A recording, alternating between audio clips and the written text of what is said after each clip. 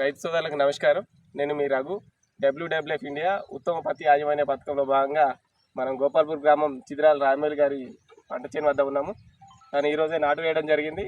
ఇందులో ఆర్గానిక్ ఫార్మింగ్లోకి రావాలి, తనకంటూ ఒక 20 గుంటలు చేయాలని ముందుకు వచ్చినారు. అందులో జీవామృతం తయారు చేసి ఈరోజు జీవామృతం పారేయడంతో పాటు అజొల్లను కూడా పంట చేనులో అజొల్లా వేసుకోవడానికి ముందుకు వచ్చినారు. అజొల్లా వేయడం వల్ల ఏంటంటే గాలిలో నత్రజని స్థిరీకరించి నేలలో తీస్తుంది కాబట్టి పంట అనేది నత్రజనిలో తీసుకొని మన ఏవియాన్ని తగ్గించుకోవడానికి ఇది ముఖ్యంగా పనిచేస్తుంది.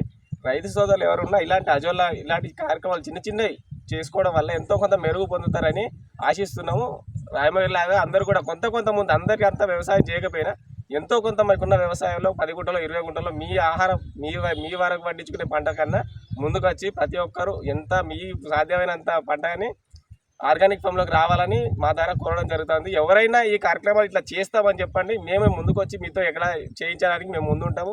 మీ దగ్గర సలహాలు సూచనలు రెగ్యులర్గా మీకు వచ్చి చేసి చూపిస్తామని ఈ వీడియో ద్వారా చెప్పడం జరుగుతూ ఉంది. అందుబాటులో సేంద్రీయ వ్యవసాయం సాగులో భాగంగా ఇది గోపాల్పూర్ గ్రామం రైతును. నా పేరు చిద్రాల రాజమౌళి.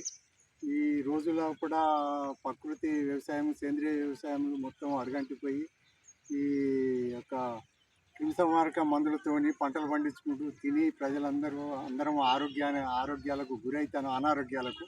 అట్లా కాకుండా నేను కూడా జీనుల కాడ తంగెలపల్లి ఐలయ్య గారు చేసిన సేంద్రీయ వ్యవసాయం గురించి 2-3 సార్లు పోయి దాన్ని సందర్శించి చూసి మేము కూడా ఎందుకు చేయొద్దన్న ఉద్దేశంతో ఈరోజు జీవామృతాన్ని తయారు చేసి పేడ, బెల్లము, శనగపిండి, పుట్టమట్టితోని ఒక 200 లీటర్ల జీవామృతాన్ని తయారు చేసి అట్టి జీవామృతాన్ని నాటు ముందు గొరగొట్టిన తర్వాత ఆ జీవామృతాన్ని ఇచ్చి నాటేయించినాం.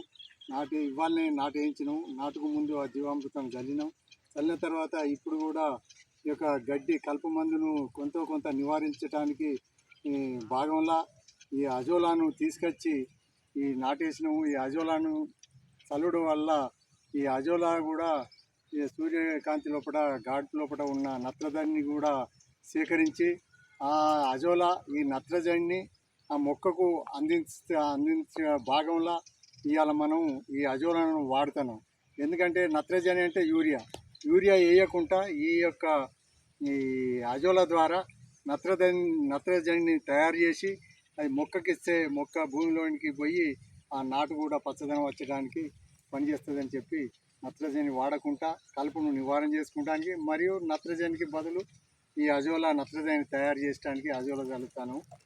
అవునా, మిగతా ఉన్న రైతులు కూడా మనం కూడా మనలో భాగంగా మనకు 10 ఎకరాలన్నా 20 ఎకరాలన్నా అంత చేయకున్నా కానీ మన తిండి మందం, మన పిల్లల మందం, మన కుటుంబం మందం ఈ